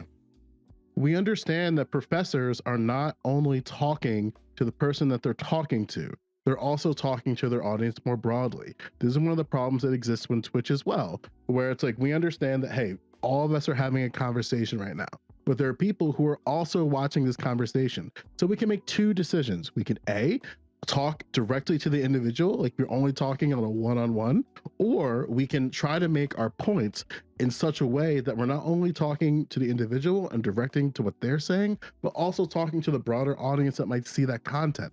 Unfortunately for professors, they fall into this trap of shit, like everything I say is going to be really heady. So how do I articulate my point in such a way where I bring in as many people as possible? And this is where I think why like you get long answers from Richard Wolff, long answers from Zizek, long answers from D'Angelo, because these are individuals who are in. I think it's fair to ask him to do better, and I'll Yeah. criticize Jordan Peterson too. Absolutely. Like he had an exchange with Ben Shapiro where he was prattling on and being long-winded. Yeah, I teacher can brain. also It's teacher criticize. I think it's fair to ask more from everyone. That's fine. Yeah, I agree. Ask people to not be Yeah. long-winded. What does that say? Like, what is that? So it's like Yeah, I the don't more like- information you're given, like let I people would speak how they say- feel comfortable. You could Rather than ask people to be shorter, like sometimes people can definitely need to be shorter. But my argument would be the Joe Rogan approach. Just make the conversation longer. If we have such a complicated topic that is something that we can't talk through in 15 minutes, don't try to cram in a whole bunch of buzzwords into a 15-minute thing with 30 people on CNN. Like that's not the way to actually like make progress on some of these things. I think we should expand Democratic and that's what primaries. Jordan Peterson has done well, and that's what like Freems. That's what I would say. Like when you were saying, "Hey, I haven't heard a lot of JBP, and I don't really have a position on this." Go find any 2-hour video of JBP and listen to it. The stuff that you hear on social media, it will shock you that it doesn't actually exist if you actually go listen to him. And that's what I tell people. Go find, literally go random search any Jordan Peterson video that has a length greater than an hour. And you're going to be like, this isn't the shit that I hear the media say all the time. This doesn't sound like some right-wing nut job ready to make everybody a Nazi. So I want to respond to what Dylan said. What does it say about us that we can only listen at 30 seconds? The reason that this is a problem in debates and discussions rather than lectures is because when you disagree with someone very early in their statement and they just keep going on and on and on, that makes it harder to respond to each of the individual points that are contested. So instead of doing it by saying all of your arguments at once, contesting each part of the argument point by point makes it easier for the audience to follow the argumentation structure and makes it, more clear to see what the disagreement is, rather than putting all your points in a 3-minute but that's monologue. on the interlocutor. Like if you're a better interlocutor, you can take notes and then you can describe it in such a way that the audience would see it as like easy to understand. My point is that we're saying that it's a negative thing. It inherently says something bad about us, that we can only have that we're trying to compress these monologues into a short speech. My point is that there's a value to conciseness, not that they shouldn't do better. I agree that they should do better, but my point is that it's not because short attention, and maybe it's partly because short attention spans, but it's not only because short attention spans. Part of it is because in order to have a dialectic, you have to be able to contest every single point, and generally points don't take longer than 30 seconds, like to make a very basic one. You may have to agree. Wait, I guess what I'm going to say. Shut up, Dooby. He had his hand up for a long time. Yeah. So I think that sometimes complex ideas require like complex answers, right? So and sometimes those complex answers require, lots of nuance in context and all these things, and it's going to take a while to get through the entire idea, to do the idea justice and explain it fully in a way that where you can actually like walk away from that and able to express the idea in a fair way, in a charitable way. And I think that, it's true that lots of people don't really have the attention span for that. But I think if you don't really have that attention span, maybe you just shouldn't be engaging with those ideas in that way, right? There are other places that give you a summary, or they'll give you like the bullet points, right? That might be more helpful. I think that, there is an issue. Well, there is like a benefit in like being concise. But when we're talking about things like Jordan Peterson or Slavoj Žižek or Sam Harris or what's that guy's name? Kennedy something, Ibram X. Kennedy, I think his name is. Yeah. The ideas that they're putting forward, right, are very complex. Right, they require a lot of nuance, a lot of context, and I think it's fair to say that if you're going to engage with those ideas, you need to be patient. You need to actually pay the fuck attention. But what I'm curious about, Gambit, is you said something earlier about how like Jordan Peterson's ideas are not as batshit as people in the media or on the left say they are. And I agree with you. Mm-hmm. I think that he's mischaracterized a lot of the time, misinterpreted a lot of the time, just lied about a lot of the time. That's definitely true. But we know that there is like an alt-right quote unquote pipeline, right? That from the IDW, the intellectual dark web, through Jordan Peterson or figures like Sam Harris or Joe Rogan or all the other figures that are considered part of this intellectual dark web, toward more radical right-wing views. We do know this. Wait, hold on. Wait one second, please. Okay. There have been like studies on this, right? That demonstrated that this is true, with you on YouTube specifically. So the way that YouTube's algorithm works, you can present them to me because I've never seen any of them. I saw one like last year that came out that supported this again. So send it to me. I'm willing to look at it. But so Gambit, if what I'm saying is true, right, that there is this because of the YouTube algorithm and how kind of feeds you stuff that looks like the stuff you're looking at before with the people that were on these shows before, and it's going to feed you people adjacent to those ideas in those videos. If these people are saying that it's pushing people toward extremism and radicalism in a way that's like detrimental to them and to the country, right? wouldn't it still be beneficial to deplatform Jordan Peterson? So first off, you know how I feel about deplatforming. I think it's stupid. But to answer your greater question, I didn't look at the research around that. I need to look more at it. I looked at something like one time, but it didn't seem to be realistic. But what I will say is if you're somebody that's alt-right, most likely you would enjoy listening to people dunk on what you consider the dumb, immoral left wingers. So if these guys are the most entertaining at doing that with short clips on YouTube, I don't care that they have a I don't care that there's an overlap in like viewership amongst alt writers and some of the IDW community. What I'd be more interested to see is the videos that they were watching that contain Jordan Peterson. Were they his freeform videos from his class? I doubt it.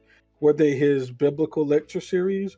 Were they his conversations with like ridiculous left wing reporters? Like, what demographic of JBP videos were they using to justify this guy is pushing people to the alt right? Most of the people I've come in contact with that like Jordan Peterson don't have those ideas. I would even venture to say I don't think I've ran into a single person who's alt right that's like a raving Jordan Peterson fan that can speak on him intellectually, like at all. Yeah, I agree. Right? So Oh, first, I don't first, think yeah. I don't know what YouTube did in their study, but just on the face, it seems like a bunch of bullshit. first, But for first, sure, It we is. should read through it. That's part of an the example of pipeline. political First- sorting. It's an example of first- sorting. First, the Great Radicalizer article was what started this idea. And once people started looking into it, they realized that these studies were not scientifically done in any way, shape, or form. And we've seen plenty of other studies that I don't have one to pull up and give you to you immediately, Dooby, but I'll get you some. I did link sure Dooby as problematic, supply and man. demand framework. I'm sure Problematic Pan probably has some to give you as well. But the thing is that we've seen the exact opposite be true. That the algorithm has been specifically made in such a way to try and push people away from that, first and foremost. Secondly, if you've ever talked to people on the actual alt-right, they fucking hate Jordan Peterson.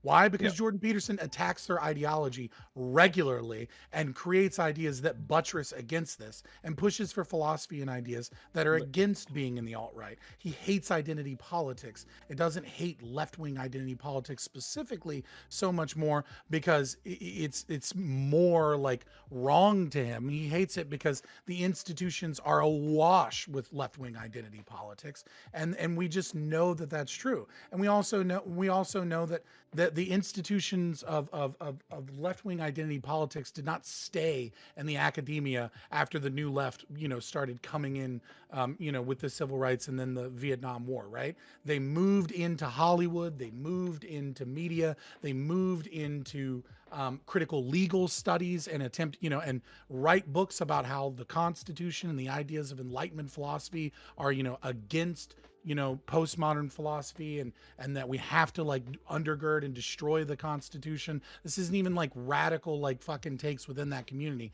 It's shit that's in critical like CRT like standard edition. It's written right out. So Can I respond to Scott just really quickly? Okay. Please. So I agree with you. I think I'm not saying that Jordan Peterson is alt-right himself, right, or that he has any of these crazy views. But if Jordan Peterson is making videos critiquing feminism, for example, which he does, he has like clips of this all the time that get lots and lots of views. Right, and, he's de-radicalizing people. Yeah, sure, right. But when people watch that clip of Jordan Peterson critiquing feminism, right, the YouTube algorithm is going to feed them other people critiquing feminism, right? And because that tends to be something that happens on the right, they're going to get more right-wing people happens on the videos left, from that. Yeah, of course it does, right? I'm using the right because we're talking about Jordan Peterson. So the right? people on the left are the pipeline hold of on, Jordan Peterson, and then Jordan Peterson is the pipeline to the alt right. So everybody's on the pipeline. But wait. Wait, hold on. If you're popular, like if you're actually Dooby, continue. I'll speak after. It's okay. So yeah, they can get other people critiquing feminism, and other right wingers typically doing that, and eventually, if they keep going down this road where they're watching these videos of right wingers critiquing feminism, one of the videos that pop up might be somebody that's like further right than the mainstream, And you right? know what And happens then when they they start pop watching up? those videos, and they watch Yeah, that video, no, and and you know what then they get happens? shit What the that's study shows wait, hold happens on. is I know, people I say, know. "Wait, Oh this God, is a Nazi," and they stop watching it after like that's a not couple true. videos. Yes, it is. Yes, it is. So Most that most it's of these political most of these sorting. people, oh No, God, Dooby, most of these people who are like outright Nazis, right? Just don't say they're you're outright making Nazis. A lot of them are just like banned on YouTube, right? Dooby, So Dooby, you're on making the on YouTube, on these platforms, they're much more subtle about the shit that they believe. Dooby, you're making the argument that the algorithm, right, is Yeah. giving people information, and that the people are slaves to the information that comes that's always one step more right wing. Yes, they can go more right wing, or they can go more left wing. YouTube just gives you things that you're talking about and seeing, gives you similar content But that can go in either direction. The idea of this pipeline to the right wing is a fucking media fantasy. It's completely concocted off of this idea that you're going to go further and further, and you're always going to go in one more direction. If you're always No, going, some people in go the one other way. direction, It's true. right? That's not. If you're That's not always necessarily going, true. if you're Like, always going, if you're it- always going in that direction, that's because that's where your proclivities lie, and you're just gaining information to support the Wait. conclusion The of your own pipeline. psychology. It's like an understanding of like if you're really popular and you're in that space, that niche political space on like YouTube or what have you, people are gonna view your content. And if you're someone like Jordan Peterson, perhaps like, and you're making content that caters to a certain idea, like let's say it's a anti-social justice warrior, people are going to pool and watch your content, and then beyond then, it's a collection of viewers. So other content creators are going to target those viewers to push them in the direction that they want. So then what you'll have is you'll have people that then will tell you, don't listen to Jordan Peterson. Perhaps they'll say, oh, some of what he says is true. Yeah, that's right. The stuff that they don't want to argue against. And they'll say, he's actually an idiot on this. Listen to me. And this continuously happens, and it doesn't mean you're a slave to the pipeline. You can stop wherever you want, but that's the nature of like the political content you see on YouTube. You see people do it on the left, the right, etc. It's just the idea that Jordan Peterson is very large, and on the right there's a problem with far-right extremism, so people highlight the alt-right pipeline. But there's pipelines to liberalism, there's pipelines to things like socialist concepts, market socialists, etc. It's just the reason the reason we focus on like on the alt-right pipeline is because there's a dangerous end, and that's it. Like, it's not, there's people, of course there's going to be people at the very end of this alt-right pipeline. They're going to say they hate Jordan Peterson because there's people within the movement that convince them to hate Jordan Peterson because that's where they found them. Right, but the problem is Dooby, that there isn't I have one evidence question that for this is Dooby. happening, that people are moving over. The observations that we've seen of some people on the outright growing can be easily explained as well by a sorting process where people watch the content they're given and then they find a content that more matches their views, so they switch over. Not being radicalized, but rather they're just sorting to the type of content that they want to view. Dooby, quick question. Sure. Is your Discord server a pipeline to radical Islam extremism? It could be, actually. We actually have had issues with that. Just curious. No, How do you actually, feel about that? like, Do you feel like this is why I'm torn on it, right? people? The platforming thing is something that because I think there's value in letting these people speak, right, and express their ideas in a place where it's not an echo chamber where they're going to get pushback, right? Because I think that's the best way to teach people why these ideas are bad, right? I think there's value. The issue with YouTube, though, is it's very easy to get into an echo chamber on these platforms like YouTube or Facebook or Twitter, where you're only hearing shit that's reinforcing your own ideas, right? So it's not really this. The problem is the creator, or would you say the problem is YouTube itself? I would say it's the algorithm. Now, I know Algorithms, Pan, I haven't looked at what you sent me, but I'm aware of something else that came out. You mentioned it earlier, I think, about how YouTube's algorithm actually tries to push people back toward the mainstream, right? When they start getting off into the extremes, and that's true, right? But I think I don't think I mentioned that. I don't think it would work either way. Oh, it might have been Scott. So that's true, right? There's a guy that did a huge study on this, and there's a really cool thing you can pull up where it kind of links. It shows you where every channel kind of links to within the algorithm and all this kind of shit. It's really cool. But for some of these people, once they get toward the ends of whatever spectrum we're talking about, right, they're not even going to want to click on the mainstream videos. They're going to assume that it's bullshit, that all this is nonsense, and even with YouTube putting in the recommendations, they're going to ignore it, right? So it's not really like helpful. So I would say it's not so much with Jordan Peterson or who David Pakman on the left. It's with the algorithm and the way that it kind of feeds people shit that looks like the stuff they saw before. Yes, people watch. Oh, the wait, content earlier, that they Dooby, wanna you were watch, saying that you were and they're kind of blaming privileged. the algorithm earlier, Dooby. Like now it seems like you're Yeah, I saying, think well, it is there's a minority of people who are affected Yeah, I by think the yeah, algorithm. yeah. Well, I'm not saying the majority of people that watch Jordan Peterson become like Nazis, right? I'm saying Okay, that so some of you these would people agree- are going to you go would to bed, agree- and Hold I think on, it's hold on. the But reason I is think- the algorithm is hold- set up that way. Hold on, I think you have to make some of these claims, right? So it's like a chicken and egg problem, and we can even go to people like Umar. I don't know if y'all know who like Umar Johnson is or Farrakhan.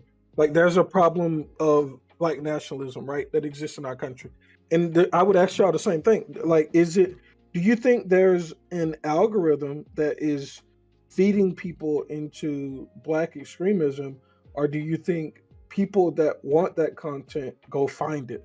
Like, People who want that go find it. Absolutely. It's There's all no started way think with it's Marcus suggested. Garvey, my friend. It all I think started it's- with Look, Marcus Garvey. here's I what think it's happened is that suggested, and because then you YouTube is accept so what happened is YouTube made it so easy to create channels that now that they're able to create channels that are more niche and still have a broad audience, since you can access like all the people. Like, there aren't that many black nationalists. However, there's enough that you could have a YouTube channel that's financially supported by that. This wasn't the case with previous types of like mainstream media. So the reason that YouTube has made it seen the rise of extremism is because the low cost of creating a channel on YouTube makes it financially possible for creators to cater to more niche audience who weren't large enough to be serviced by like mainstream media outlets. So like YouTube made it possible for these radicals to meet a previously undemand for radical content that didn't exist because it couldn't be serviced by the mainstream media framework that existed prior to the internet.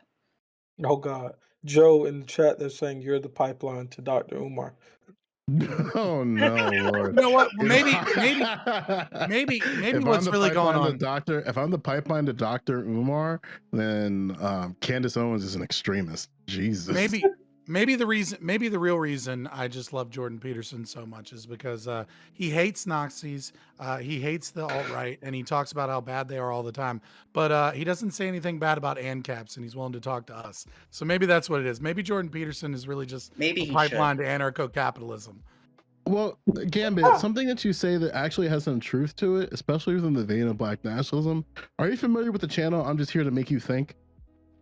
I'm just here to make you think. That sounds uber familiar. Yeah, he's a oh god, he's one of those like Moors individuals. He has almost 2 million subscribers. I don't think anybody knows that because he hides his subscriber count, but he has over 2 million subscribers. You probably I have think like he- 20 million if the name was "I'm just here to make you not think."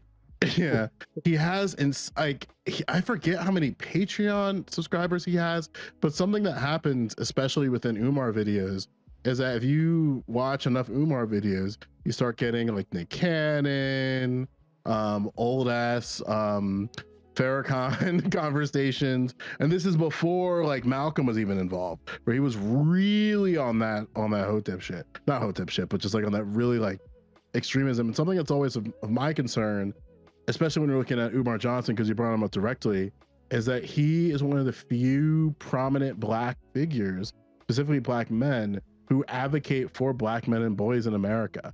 And then it's like you get to this point where it's like, wow, he's like unapologetically advocating for the uplifting of black men and boys. And this is almost analogous to the stuff with Jordan Peterson, where like he says like the same thing of like, write your goals down, follow through with your goals, put everything on paper, don't do anything that you think is fiscally irresponsible, because then it's going to mess your bottom line. Don't even think about marrying a woman unless you are financially able to. He said like a lot of these things that I think for fuck's sake, I mean, Federer mentioned in chat, he built a fucking school specifically for black men and boys. Like, obviously it's not gonna pan out so that's exclusively that, but something I'm always of concern is that when you have individuals who have incredibly extreme views, especially black Americans, where like they do hold like some very like, I don't know where it is ideologically speaking, but it's extremist views. Like Umar Johnson's perspective on marriage is But extreme, and that's an American problem that we're experiencing, that you're talking about, is that there's this fear of radicalization or extremism. Yet, just a couple days ago we celebrated what would be considered an extremist at some point in time, Martin Luther King. It's like we put certain people, we say what JFK or certain individuals. We say, oh, these are the extremists that we're going to say are like the people we support, and these are the idealists of this nation. And then we push away extremism at the same time and radical thought, and we say this is bad. If you go in this direction, you think this is bad, and I think that's more indicative of this kind of issue. Some extremism good. What can I say? Yeah. If Jordan Peterson is extremism, I want to be an extremist. If it wasn't for extremists, everyone would still be doing missionary. Well, it's good to have those arguments, right? Like, we need to have these cultural battles and figure out, hold on, like, where can we, see where we're each coming from. Or we could just insult each other. That's fun too. I mean, Yeah. well, is it past 11:30 yet? Yeah. Because it looks like it. No, it's 11:20. So it sounds like here. Just to make sure I'm clear. It's time for bed. Hold on, just one question though. Hey, for it you. sounds like. Oh yeah, I forgot. You're like across the ocean. Yes. Yeah, But he's a it sounds like everybody here, because like usually when I'm in like Uber left spaces, usually this doesn't happen. It sounds like everybody here is kind of like, hey, Jordan Peterson is a good guy. Well, I didn't I don't think he's No. Maybe not Joe. Maybe not Joe. Is everybody saying that though? Okay, so if I had all right, let me just ask you directly. Okay, y'all just raise hands. okay? Raise hands if Jordan Peterson is a good guy. I just want to see where everybody is. Dooby has his hand up. I'm not gonna raise Fall my for hand this to this. bait. You just don't. All right, so- no, you're being Ethan Klein right now, Wiggle. That's what you're doing. You're being All right, so Ethan- Gambit, hear me out. I'm All here, right. y'all. I'm here, y'all. So there's a book signing tomorrow. You have the choice, and it's like a Q&A too. So you can, it's like a book sign. Both these individuals have brand new book about the policy within their arguments that's the strongest for you. Okay, so your choices are Umar Johnson or Jordan Peterson. Which one are you going to? Who, me? Yeah. Dog, I've had relations with white women in the past, so I gotta go JBP, man. Oh, yeah. True. That's the Like if I would hope the answer is you're not going anywhere because you have COVID. I'm quarantining until COVID is over. Okay.